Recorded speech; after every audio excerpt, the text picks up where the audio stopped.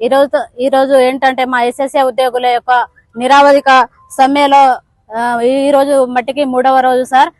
ఈ రోజు మా ఎస్ఎస్ఏ ఫ్యామిలీలంతా 19,386 మంది ఈ రోజు మేము రోడ్డున వచ్చి నిరాహార దీక్ష చేస్తున్నాం సార్.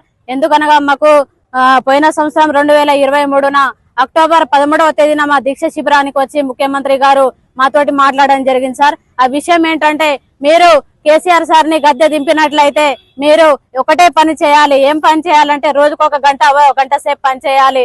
ఎందుకంటే తర్వాత మేము అధికారంలోకి వచ్చిన తర్వాత మీ సమస్య అనేది జటిలమైన సమస్య, ఎంతసేపు కాదు మీ సమస్య పరిష్కరించడానికి. ఛాయ్ దాగే లోపు మీ సమస్యని మేము పరిష్కరిస్తాము, మీరేం దిగులు పడవద్దు, మీరేం ఆందోళన చెందవద్దని చెప్పేసి సీఎం సార్ ఎంతో ఆసక్తిగా భరోసాను ఇవ్వడం జరిగింది సార్. అయినప్పటికీ కూడా సంవత్సరం సార్ గెలిచిన తర్వాత ఒక సంవత్సరం కాలం మట్టికి మేము వేచి చూసాం సార్.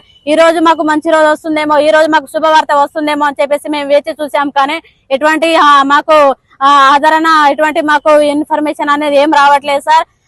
ఏంటంటే ముఖ్యంగా మేము 4,500 నుండి 2012 సంవత్సరం నుండి మేము పనిచేస్తున్నాం సార్. అక్కడ నుండి 6,000, 9,000 అట్లా 12,000, 11,700 కరోనా జీతంలో కూడా లేని పరిస్థితుల్లో మేము బాగా ఎంతో అనారోగ్యానికి గురి కావడం జరిగింది సార్. కనీసం మాకు 12 నెలల వేతనం కూడా లేని పరిస్థితిలో మేము ఉన్నాం సార్.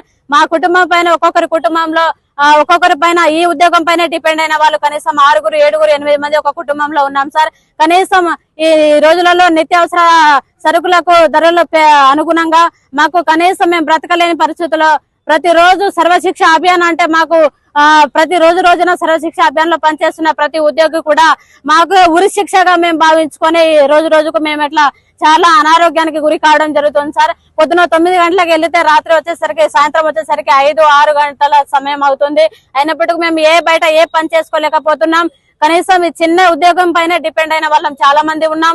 ఇందులో ఒకటి మా ఎస్ఎస్ఏ ఫ్యామిలీలు కూడా మరణించిన వాళ్ళకు ఎటువంటి ఎక్స్గ్రేషియా లేదు, ఎటువంటి ప్రమాదవశత్తు లేదు, ఎటువంటి జీవిత బీమా లేదు సార్. కనీసం మా మహిళలకు, మా ఎస్ఎస్ఏ ఉద్యోగంలో ఎస్ఎస్ఏ వింగ్ లో పనిచేసేటటువంటి మహిళలకు కూడా ఎటువంటి ప్రస్తుత సెలవులు లేవు సార్, క్యాజువల్ లీవ్స్ లేవు సార్, ఎటువంటి ఆరోగ్య కార్డు లేదు, ఎటువంటి ఏ భరోసా లేకుండా ఉట్టిగానే ఏదో మా గవర్నమెంట్ ముందు మాకేమైనా చేస్తదేమో, మాకేమైనా అవకాశం ఉంటదేమో, మా జీవితాలలో రెగ్యులరైజ్ అవుతుందేమో అని చెప్పేసి మేము వేచి చూస్తున్నాం. కానీ ఇప్పటి వరకు ఎటువంటి ఏం లేదు సార్. మాకు మేము ఎలక్షన్ లో కూడా చాలా కీలకమైన పాత్ర పోషించినాం సార్.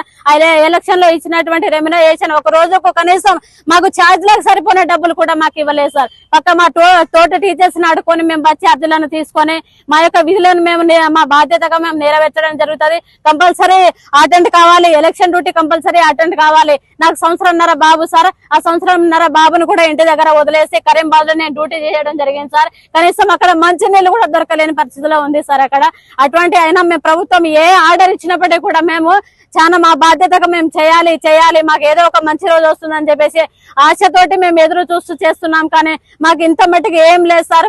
ఎన్ని రోజులు చూసినాం, ఇక మాకు ఓపిక లేదు సార్. పిల్ల పాపలతోటి నిరావధిక అమరణ నిరాహార దీక్ష చేయడానికి కూడా మేము సిద్ధంగా మేము ఎస్ఎస్ఏ ఉద్యోగులం అందరం కూడా అనుకొని ఏకతాటిగా మేమందరం ఉన్నాం సార్. మా డిమాండ్ ఒక్కటే సార్, ఏం లేదు, రెగ్యులరైజ్ చేయాలి. మా విద్యాశాఖలో ఎస్ఎస్ఏలో పనిచేసే ప్రతి ఉద్యోగిని కూడా విద్యాశాఖలో విలీనం చేయాలి. ఈ 2 ప్రధానమైన డిమాండ్లు తప్ప మాకు వేరే ఏం లేదు సార్. ఆ డిమాండ్లు వచ్చేంత వరకు కూడా మేము ఇట్లనే రోడ్డు పైన మా పిల్ల పాపలతోటి రాత్రి పగళ్ళు ఇక రోడ్డు పైన ఉంటామని చెప్పేసి వరంగల్ పోరుగడ్డ నుండి మేము కోరుకుంటున్నాం సార్.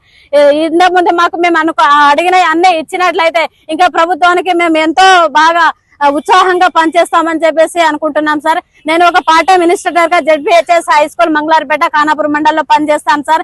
అటెండర్ కాన్ నుండి హెచ్ఎం వరకు ఏమేం పనులు చేయాలో అన్ని పనులు చేస్తా సార్. ఎవరు ఏది పని చెప్పినా కూడా నేను చెయ్యను అనే మాట మాకు రాదు సార్. అన్ని పనులు మిడ్ మించి చూసుకుంటాను, బెల్లు కొడతాను, ఆట స్కావెంజర్ లేకపోతే బెల్లు కొడతాను. మొన్న స్కావెంజర్ ఎన్నికైంది సార్. ఇంత ముందు నేనే బెల్లు కొట్టేదాన్ని. మనం చేసే పనిలో చెప్పుకోవడానికి ఏం మాత్రం లేదు, నాముషిగా ఫీల్ అయ్యే ప్రసక్తి లేదు సార్. ఈ రోజు సోనియమ్మ జన్మదినం సందర్భంగా సార్ మాకు మంచి శుభవార్త సాయంత్రం వరకు వస్తుందని చెప్పేసి మా ఎస్ఎస్ఏ ఫ్యామిలీలు అందరం కూడా ఎంతో ఎదురు చూస్తున్నాం సార్. ఎంతో ఎదురు చూస్తున్నాం.